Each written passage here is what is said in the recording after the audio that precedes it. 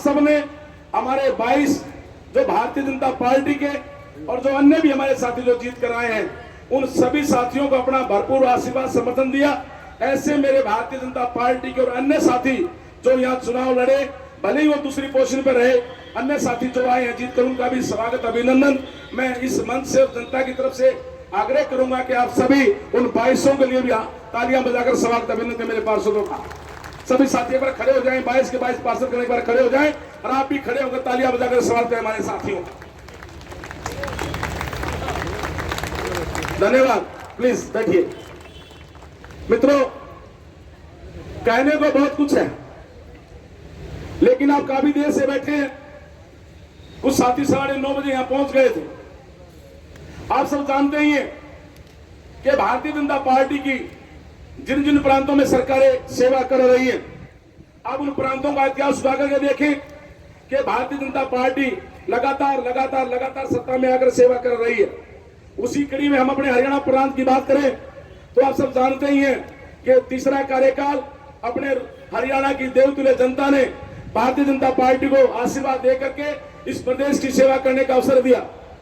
ऐसी अनेक योजनाएं देश के यशस्वी प्रधानमंत्री माननीय श्री नरेंद्र मोदी जी ने इस देश को आगे बढ़ाने के लिए हर वर्ग के लिए ऐसी अनूठी योजनाओं को अमली जामा पहनाया कि सारा भारत आज भारतीय जनता पार्टी के साथ खड़ा हो गया।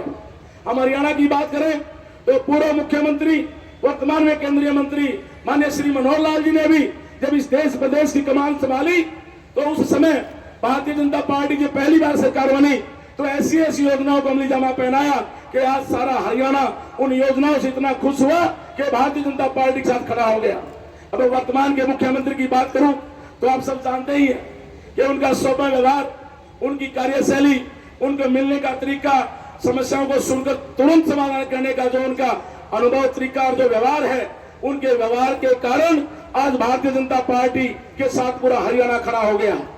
मित्रों, मैं 4 महीने पहले की बात करूं तो आम विधानसभा का जब चुनाव चल रहा था, उस विधानसभा के चुनाव में पता नहीं लोग किस किस तरह की बातें बोल रहे थे, लेकिन जिसने काम किए होते उनके भरोसा और विश्वास होता है।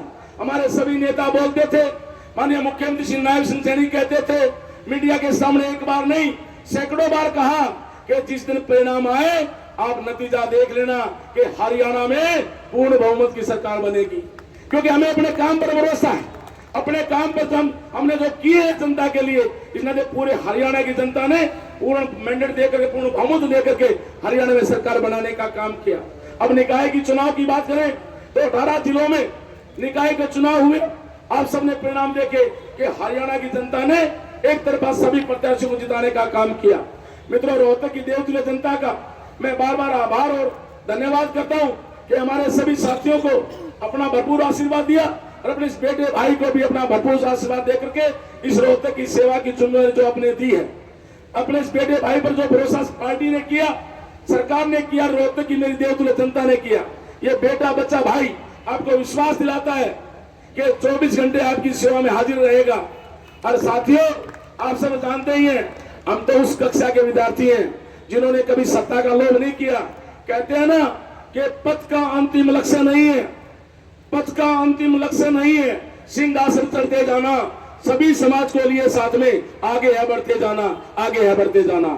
साथियों, अपने इस रोहतक शहर को सरकार के सहयोग से और आपके आशीर्वाद से और आपके सुझाव के अनुसार निश्चित तौर पे 1 साल के अंदर बदलाव रोहतक में दिखाई देगा और प्रयास रहेगा कि मेरा रोहतक शहर हरियाणा में तो प्रथम रहे। इसके अलावा जिस तरह से स्वच्छता में आप सबने देखा कि हरियाणा पिछले वर्ष हरियाणा में रोहतक प्रथम स्थान पर रहा, ये आप सब जानते ही हैं।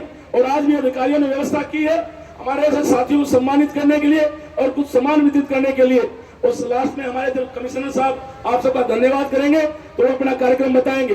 तो मित्रों, मिलजुल कर अपने शहर को सुंदर बनाएंगे और जो भी अपने शहर के विकास के लिए किसी भी विभाग की, और एक बात मैंने हमेशा कही और फिर कहता हूँ, सिर्फ निगम तक सोचने की आवश्यकता नहीं है। सरकार बैठी है आपके सम्मुख और आपका बेटा बच्चा भाई पिछले 30 वर्षों से जो सरकार और संगठन ने सिखाया उस एक असर को सीख करके आगे बढ़ा है।